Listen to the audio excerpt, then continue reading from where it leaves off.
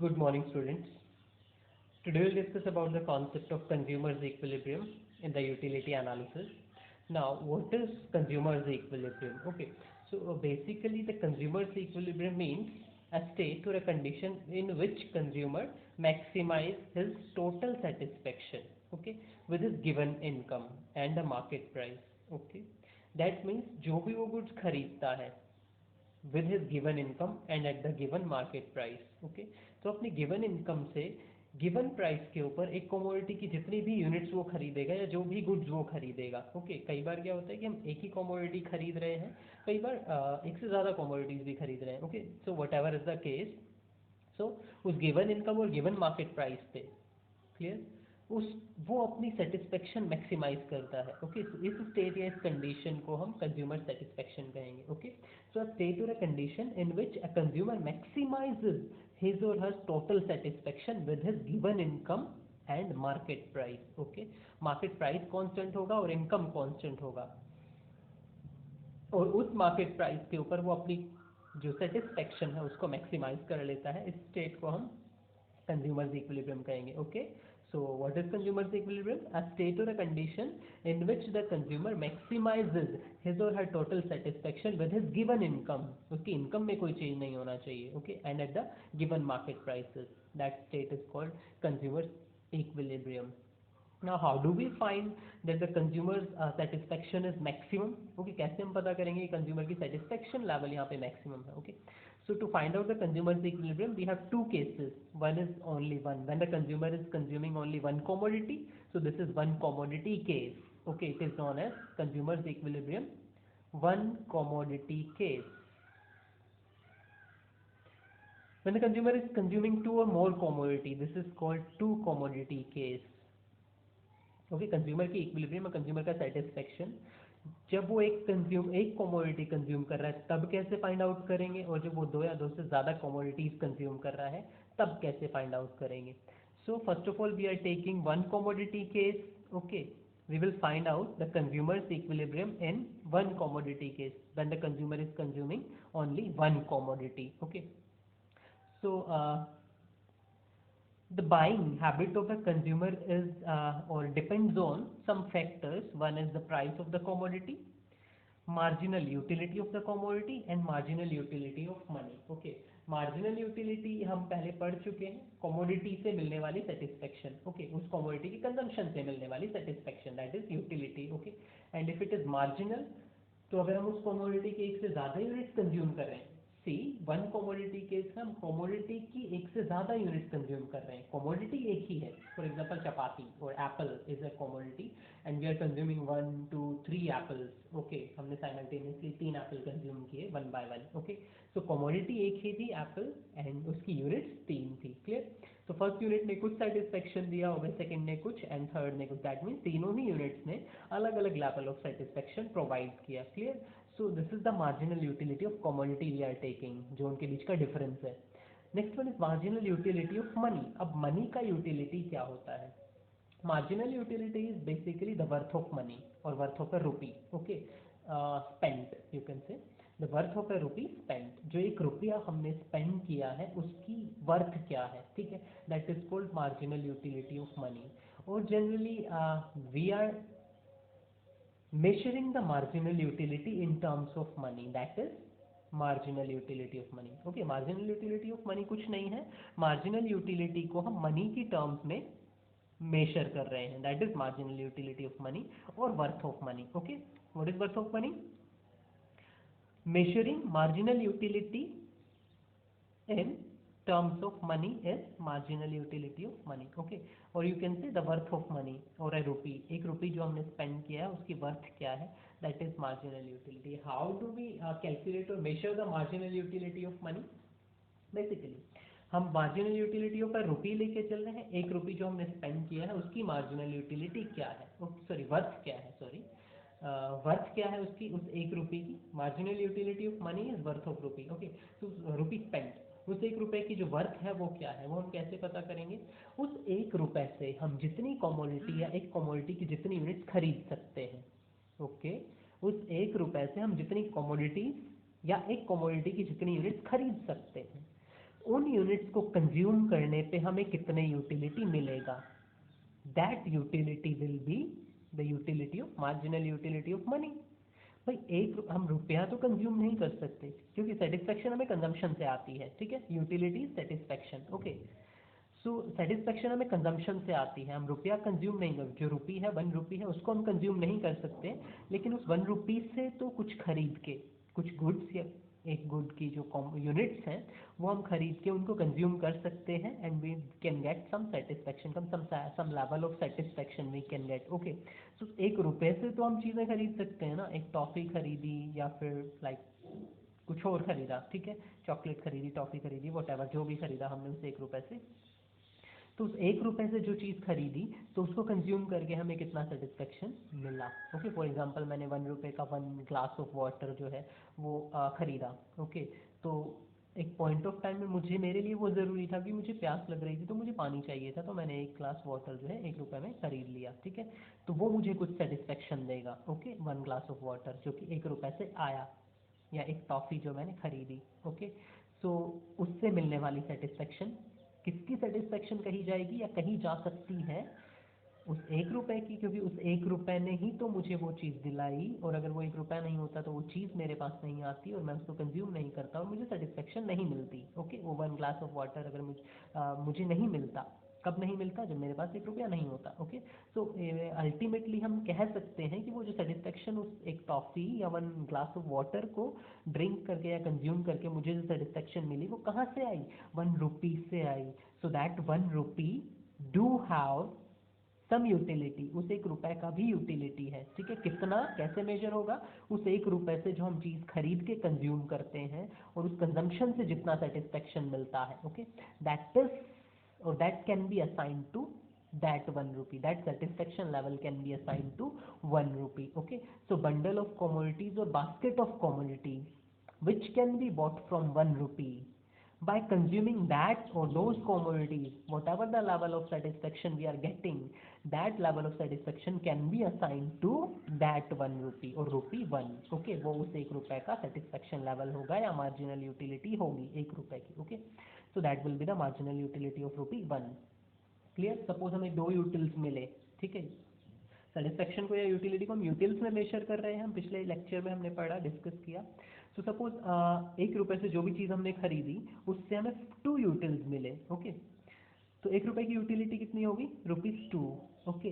तो अब हम नेक्स्ट टाइम जब भी स्पेंड कर रहे होंगे या नेक्स्ट रुपी जब भी स्पेंड कर रहे होंगे तो हमारे लिए यूटिलिटी 1 रुपी की यूटिलिटी सेम रहेगी, ओके। 1 रुपए, चाहे हम 1 ग्लास ऑफ वाटर कंज्यूम कर रहे हैं, ठीक है, या फिर कुछ भी कंज्यूम कर रहे हैं, तो जो भी यूटिलिटी हमें मिला उस 1 रुपए को स्पेंड करके, नेक्स्ट रुपी जब हम स्पेंड करेंगे, ओके, बात सेम टाइम की है, ऐसा नहीं है कि हम कल जिस रुपए को स्पेंड करने आएंगे उसकी, ठीक है, वो यूटिलिटी सेम रखी जाएगी, नहीं, कल अगर उस रुपए को हम स्पेंड करेंगे तो कल उसकी यूटिलिटी कुछ और हो सकती है, ठीक है। तो हम लाइक साइमल्टेनियस कंजम्पशन लॉ हमने पढ़ा था, law of diminishing marginal utility में अजम्पशन कि कंजम्पशन साइमल्टेनियस या कॉन्टिन्यूस होनी चाहिए, ठीक है। तो नेक्स्ट रुपी जो हम स्पेंड करेंगे, ठीक है, 1 रुपए की तो 2 यूटिलिटी हमने मेजर कर ली, तो नेक्स्ट रुपी जब हम स्पेंड करेंगे तो उसकी यूटिलिटी भी हमारे लिए कितनी होगी, 2 होगी, ठीक है, 2 यूटिल्स ही होंगे नेक्स्ट रुपी जो हम स्पेंड कर रहे होंगे, okay. So worth of money, sorry worth of रुपी या मार्जिनल यूटिलिटी ऑफ मनी जो है वो कांस्टेंट रहेगा, ठीक है, हमारे लिए जो भी हम कंज्यूम कर रहे हैं, जो भी हम खरीद रहे हैं, तो वर्थ ऑफ मनी या वर्थ ऑफ रुपी या मार्जिनल यूटिलिटी ऑफ मनी जिसको हम MUM कहेंगे वो हमारे लिए कांस्टेंट रहेगा, ओके। तो 3 चीज़ों के ऊपर डिपेंड कर रहा था consumers equilibrium, price of the commodity, marginal utility of the commodity and marginal utility of money, ठीक है। इन 3 चीज़ों को ही हम बेस लेके चलेंगे to measure the consumer's equilibrium, okay. Commodity हमारी हम एक्स ही लेके चल रहे हैं, एक्स कमोडिटी है, सो marginal utility of x commodity होगा MUX, price of x commodity होगा PX and marginal utility of money होगा MUM, ओके। 3 चीज़ें हैं।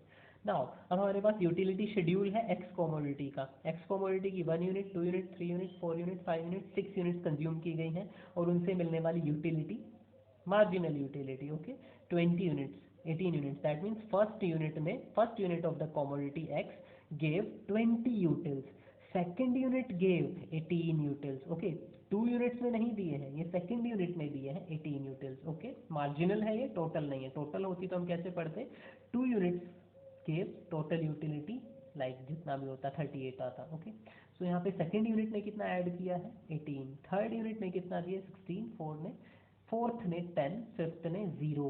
ओके, फिफ्थ जो यूनिट कंज्यूम की तो हमारा सेटिस्फेक्शन लेवल में कोई चेंज नहीं आया। सिक्स यूनिट कंज्यूम की तो नेगेटिव चली गई, दैट मीन्स वॉमिटिंग आ गई, पेट दर्द हो गया, वॉट कुछ भी हुआ नेगेटिव में चली गई। ओके, तो law of diminishing marginal utility यहाँ पे यूज हुआ।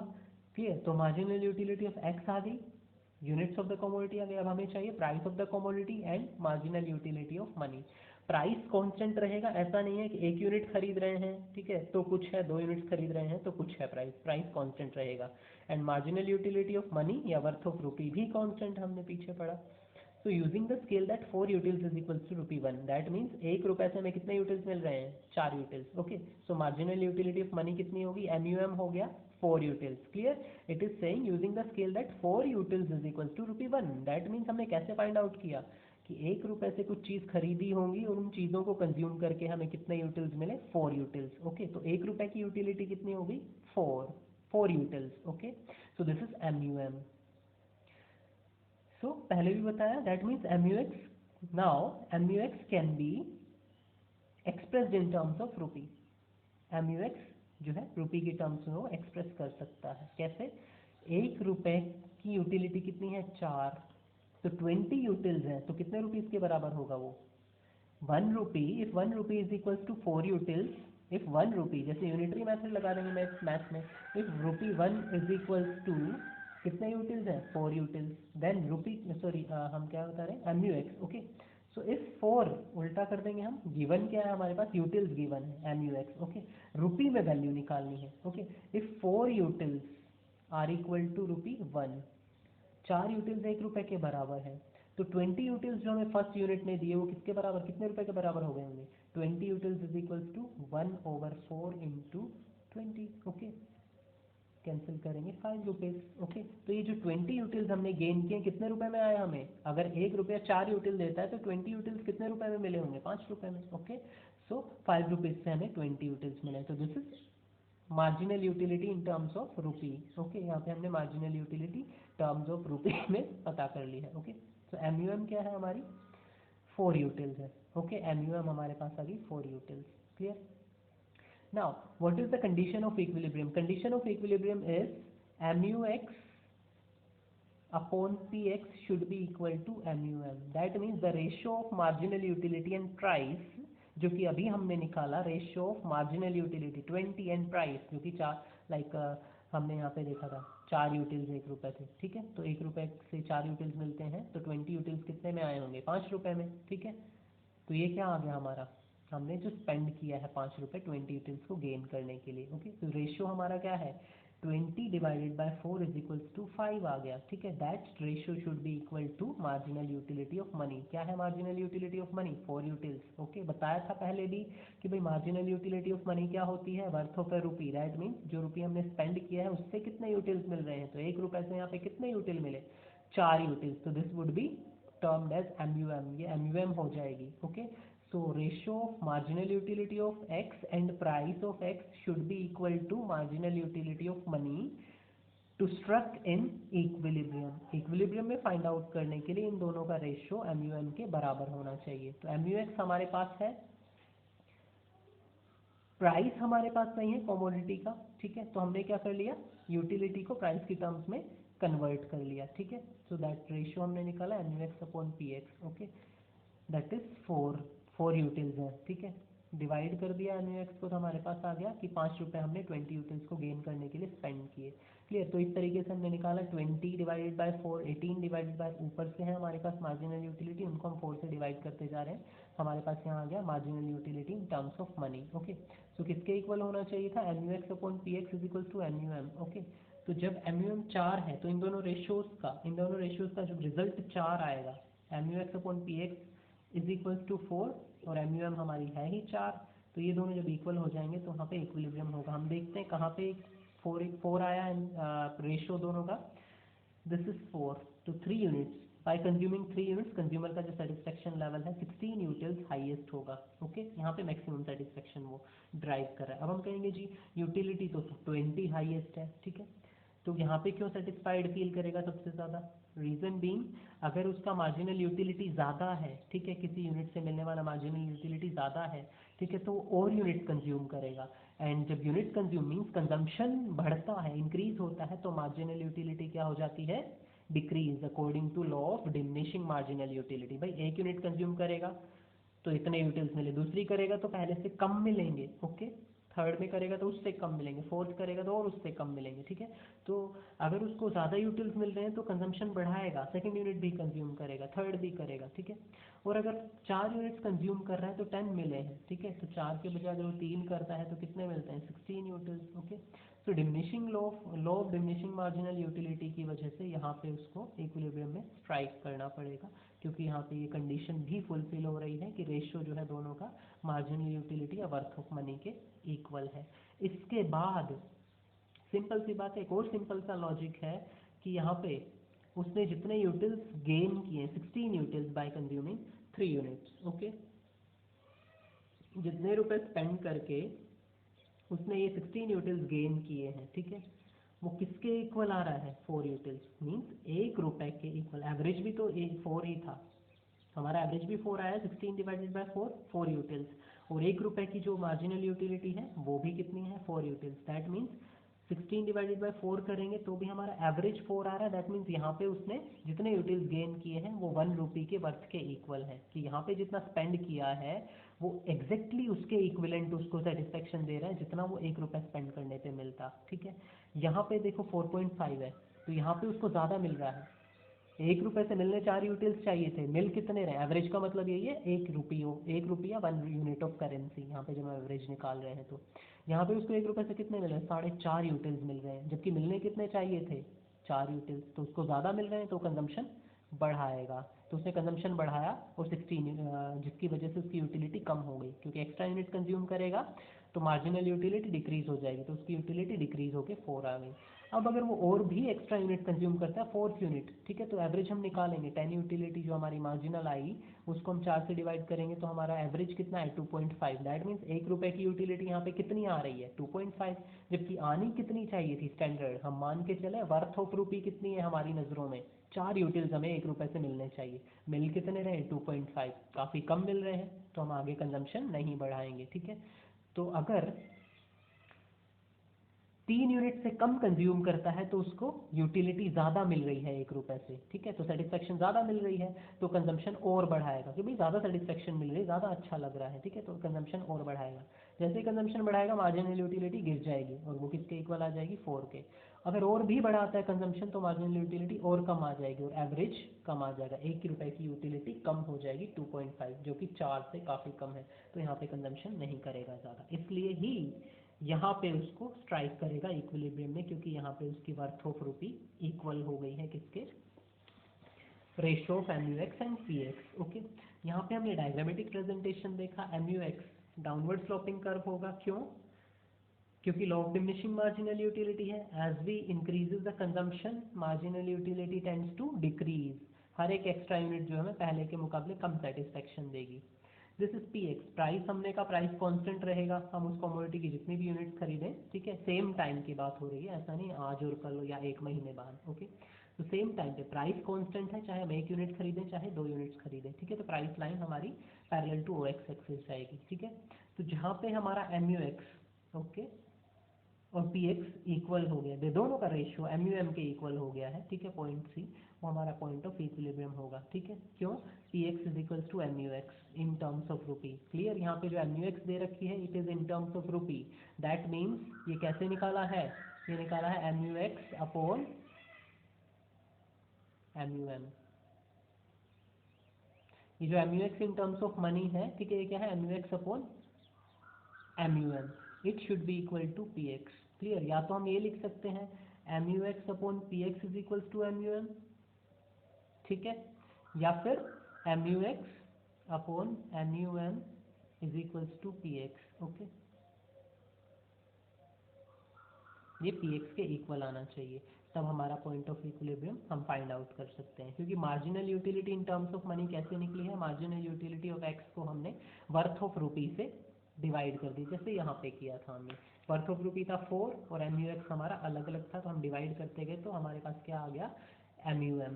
ठीक है, अलग अलग पार्ट हमारे पास, marginal utility in terms of rupee आ गई, क्योंकि मार्जिनल यूटिलिटी को हमने रुपी टर्म्स में कन्वर्ट कर दिया। ओके, सो इस इस टेबल को ही डायग्राम में यहाँ पे पुट किया गया है और थर्ड यूनिट से हमारा सेटिस्फेक्शन लेवल स्ट्राइक किया है।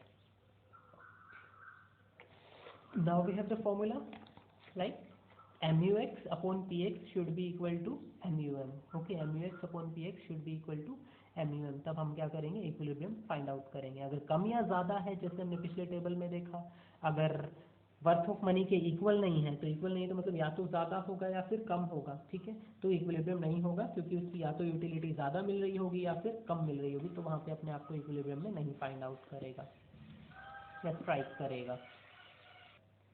Now we have the two commodity case. That means the consumer is consuming two or more than two commodities. Okay, single commodity के केस में हमने इक्विलिब्रियम की कंडीशन देखी थी। अब हम टू कमोडिटी केस में देखेंगे। ठीक है, कंडीशन सेम रहेगी, सिर्फ एक चीज़ ऐड हो जाएगी कि अब हमारे पास दूसरी कमोडिटी भी आ जाएगी। ठीक है, तो उसकी मार्जिनल यूटिलिटी और उसका प्राइस भी हम कंसीडर करेंगे। दैट मीन सेम कंडीशन हम वहाँ पे एक एक्स्ट्रा पुट कर देंगे। वहाँ पे हमने एक्स कमोडिटी ली थी, अब हम यहाँ पे एक्स और वाई दो कमोडिटीज लेके चलेंगे। बाकी वर्थ ऑफ रुपी या मार्जिनल यूटिलिटी ऑफ मनी दोनों के लिए सेम रहेगी, कांस्टेंट रहेगी। ठीक है, यहाँ पे marginal utility of money, worth of रुपी, अगर हम एक टाइम पे दो अलग अलग चीज़ें खरीदने जा रहे हैं तो भाई रुपी पैसा तो सेम है ना। ठीक है, वर्थ ऑफ रुपी तो हमारे लिए दोनों कमोडिटीज को लेके सेम है, ऐसा तो है नहीं कि वो रुपी की जो वैल्यू है या वर्थ है, ठीक है, हमारी नज़रों में वो दोनों कमोडिटीज़ के लिए अलग अलग होगी। ठीक है, किसी के लिए मैं ज़्यादा वैल्यूएबल मान रहा हूँ अपने रुपी को और किसी कमोडिटी के लिए कम। ओके, ऐसा नहीं है, वर्थ ऑफ रुपी तो सेम रहेगी ना, पैसा तो सेम है। ठीक है, तो वर्थ ऑफ रुपी या मार्जिनल यूटिलिटी ऑफ मनी दोनों कमोडिटीज़ के केस में सेम रहेगी। चेंज क्या होगा, सिर्फ एडिशन हो जाएगा एक और प्रोपोर्शन का। ठीक है, वो प्रोपोर्शन किस किस का होगा, सेकेंड कमोडिटी जो हम वाई मान के चल रहे हैं एंड उस कमोडिटी के प्राइस का। क्लियर, तो सिंगल कमोडिटी केस में हमने क्या देखा था, equilibrium will struck in the condition where MUX upon PX is equal to MUM। ठीक है, या फिर MUX upon MUM is equals to PX। जब हम PX निकाल रहे हैं, PX हमारे पास नहीं गिवन है, MUX और MUM हमने निकाल लिया है। ठीक है, PX के केस में हम ये वाला फॉर्मूला पुट कर देंगे। ओके, दोनों सेम, क्रॉस मल्टीप्लाई करके हमने ये वाला फॉर्मूला डिराइव कर लिया है। ठीक है, तो बेसिक फॉर्मूला जनरली ये वाला यूज होता है, MUX upon PX is equal to MUM। That means the ratio of marginal utility of X commodity and its price should be equal to worth of rupee. Okay, for equilibrium. Clear, single commodity में। Double commodity, two commodity में क्या आ जाएगा, MUX upon PX X commodity का proportion है। ठीक है, तो दूसरी कमोडिटी हमारे पास क्या आ गई, वाई, तो उसका प्रोपोर्शन भी हम उसमें ऐड कर देंगे। तो MUX upon PX is equals to MUY upon PY is equals to MUM। That means दोनों ही कमोडिटीज के प्रोपोर्शन एक दूसरे के इक्वल होने चाहिए और MUM के भी इक्वल होने चाहिए। ठीक है, this is the formula, MUX upon PX, ratio of marginal utility of X and its price, ratio of marginal utility and its price should be equal to MUM। Okay, तीनों एक दूसरे के इक्वल होने चाहिए। ये फॉर्मूला हम use करेंगे when the price of X and Y commodity are different. X commodity का पर यूनिट प्राइस अलग है, वाई कमोडिटी का पर यूनिट प्राइस अलग है। Okay, so this mechanism will be used in different prices. Okay, when both the commodities have different price level। ओके, दोनों का price range या प्राइसेस डिफरेंट है। अगर दोनों के प्राइसेस सेम है, so the condition will be MUX is equals to MUY is equals to MUM। ठीक है, या फिर simply MUX is equals to MUY। Okay, जब दोनों के प्राइस सेम है तो हम ये कंडीशन फुलफिल करेंगे। क्लियर, सो कुछ भी नहीं है, बेसिक वही फॉर्मूला हम यूज कर रहे हैं, MUX upon PX is equal to MUY upon PY is equal to MUM। ठीक है, दोनों कमोडिटीज की मार्जिनल यूटिलिटी हमें गिवन होगी, प्राइस हमें गिवन होगा, वर्थ ऑफ रुपी कांस्टेंट है। ठीक है, प्राइस पर यूनिट इन दोनों का भी गिवन होगा, ये भी कांस्टेंट रहेगा, अगर ये 5 रुपये है और ये 4 रुपये है। मार्जिनल यूटिलिटी अलग अलग होगी क्योंकि हम एक से ज़्यादा यूनिट्स कंज्यूम कर रहे हैं। फर्स्ट यूनिट ज़्यादा देगी सेकंड के मुकाबले, सेकंड थर्ड के मुकाबले ज़्यादा देगी, तो मार्जिनल यूटिलिटी अलग अलग होंगी। ठीक है, तब हम वहाँ पे फाइंड आउट करेंगे। Like for example, let MUX is equals to 25, PX is equals to 5, MUY is equals to 30 and PY is equals to 5. Is the consumer in state of equilibrium? क्या कंज्यूमर इक्विलिब्रियम की state में होगा? MUX दे रखा है, MUY दे रखा है, PX दे रखा है, PY दे रखा है, ठीक है, लेकिन MUM नहीं गिवन है, ठीक है। तो MUM नहीं गिवन है तो कब होगा? जब दोनों का रेशियो इक्वल हो, 25/5 and 30/5। This is MUX upon PX, this is MUY upon PY। ये दोनों इक्वल हो जाएंगे तो भी वो इक्विलिब्रियम में होगा अगर MUM नहीं गिवन है तो। ओके, MUM क्वेश्चन में गिवन ही होगा, हम निकाल नहीं सकते हैं जनरली MUM को। ओके, क्योंकि हमें नहीं पता इक्वल है ये, ठीक है, तो MUM कैसे निकालेंगे फॉर्मूले में पुट करके? तो MUM क्वेश्चन में गिवन ही होगा, वो कांस्टेंट रहता है, ऐसा नहीं है कि MUM हम निकाल लेंगे। क्लियर? तो MUM अगर गिवन नहीं है तो ये वाला फॉर्मूला यूज होगा, MUX upon PX is equal to MUY upon PY। दोनों से मिलने वाला रेशियो जो है, दोनों का रेशियो इक्वल होना चाहिए। अगर दोनों के प्राइसेस सेम है, ये भी 5 है और ये भी 5 है, ठीक है, and MUM is given, okay, this condition also, अगर MUM is given and prices are same, okay, so condition will be used, MUX is equals to MUY is equals to MUM, and if in this case MUM is also not given, दोनों के price तो same है per unit, लेकिन MUM यहाँ पे भी नहीं given है, तो कौन सा फॉर्मूला यूज होगा? MUX, again MUX is equals to MUY, simply MUX MUY के इक्वल होना चाहिए अगर प्राइस सेम है दोनों कमोडिटीज के, और MUM नहीं गिवन है तो वो इक्विलिब्रियम में। अब देखो प्राइस सेम है, PX 5 है, PY भी 5 है, प्राइस सेम है, तो कौन सा फॉर्मूला हम यूज कर लेंगे? MUX is equal to MUY। तो क्या MUX MUY के इक्वल है? MUX 25 है, MUY 30 है, ठीक है, तो दोनों एक दूसरे के इक्वल नहीं है, तो that means the consumer will not be in equilibrium. Okay, consumer equilibrium में नहीं है, ठीक है। नाउ अगर हमें टू कमोडिटी केस को वर्कआउट करना है, ठीक है, हमें को बोल दिया जाए, ठीक है, कि explain the two consumer's equilibrium in two commodity case, ठीक है, तो हमें क्या बनाना पड़ेगा? शेड्यूल बनाना पड़ेगा, MUX MUY। ओके, जैसे हम नेक्स्ट पेज पे देखते हैं, हमारे पास शेड्यूल है। ओके, फॉर्मूला सेम है, MUX upon PX is equal to MUY upon PY is equal to MUM। MUM constant रहेगा, प्राइस भी हमें गिवन होगा। ओके, तो टेबल है, MUX हमें गिवन है 25 20 15 10 0, MUY है 30 26 15 2 and 0। Okay, PX and PY हमें कांस्टेंट दे रखे हैं 1 रुपी, दोनों सेम है, ठीक है, PX भी 1 रुपी 1 है पर यूनिट और PY भी रुपी 1 पर यूनिट है। ओके, ये इतनी कमोडिटी यूनिट्स इन्होंने कंज्यूम की है। तो अगर प्राइस कांस्टेंट है, ठीक है, प्राइस कांस्टेंट है, MUM अगर गिवन नहीं है, ठीक है, MUM गिवन नहीं है, प्राइस कांस्टेंट है, तो कंडीशन क्या होगी? MUX should be equal to MUY। Okay, तो यहाँ पे हम MUX और MUY का इक्वल देखेंगे, कहाँ पे इक्वल हो रहा है? यहाँ पे, ठीक है, तो ये 3 यूनिट्स पे वो क्या हो जाएगा? इक्विलिब्रियम में होगा। क्लियर? दूसरी बात, जब हम गिवन इनकम की बात, हमने शुरू में अजम्पशन लिया था कि given income and given price के ऊपर जो है वो इक्विलिब्रियम में फाइंड आउट करेगा। लाइक 3 यूनिट्स उसने कंज्यूम की हैं एक्स कमोडिटी की और 3 यूनिट्स वाई कमोडिटी की, पर यूनिट प्राइस कितना है? 3, तो 3 यूनिट्स एक्स की खरीदने के लिए कितना स्पेंड किया? 3 रुपए, और 3 यूनिट्स वाई की खरीदने के लिए कितना स्पेंड किया? 3, तो टोटल उसने 6 रुपए स्पेंड किए हैं, ठीक है। तो मतलब कहने का मतलब है कि उसके पास 6 रुपए होने भी चाहिए। हर बार MUX और MUY इक्वल होने पे कंज्यूमर इक्विलिब्रियम नहीं होता है, गिवन इनकम भी मैटर करती है, ठीक है। अगर सपोज उसके पास थे ही 5 रुपए, तो इस केस में इक्विलिब्रियम नहीं होता, क्योंकि इस केस में क्या दिखा है? 3 यूनिट्स ऑफ एक्स कंज्यूम की है उसने buy to get 15 utils. Okay, he consumed 3 units of X to get 15 utils and 3 units of Y to get 15 utils. तो दोनों की यूटिलिटी तो सेम हो गई, तो 3 एक्स की कंज्यूम करी और 3 वाई की, तो 3 खरीदने के लिए एक्स के लिए पे किए 3 रुपए और वाई खरीदने के लिए पे किए 3 रुपए, टोटल 6 रुपए थे उसके पास, 5 ही रुपए, तो दैट मीन्स किसी एक कमोडिटी की 1 यूनिट कम खरीद पाएगा वो, ठीक है। तो 3 यूनिट्स पे उसका इक्विलिब्रियम नहीं होगा। क्लियर?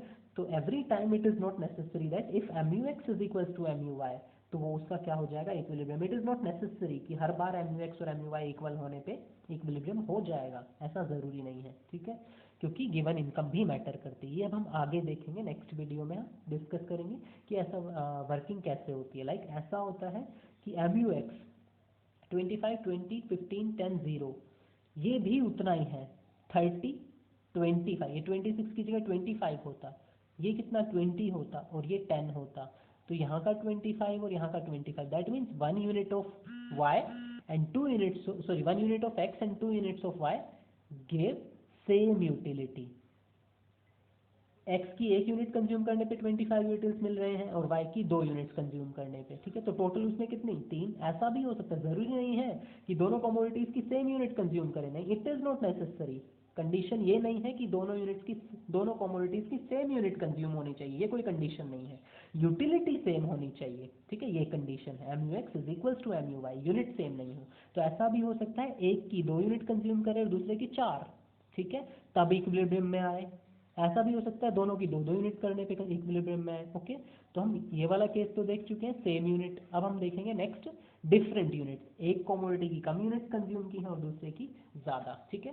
तो इसके लिए हम अलग टेबल बनाएंगे। ओके, ये नेक्स्ट वीडियो में हम डिस्कस करेंगे इसको।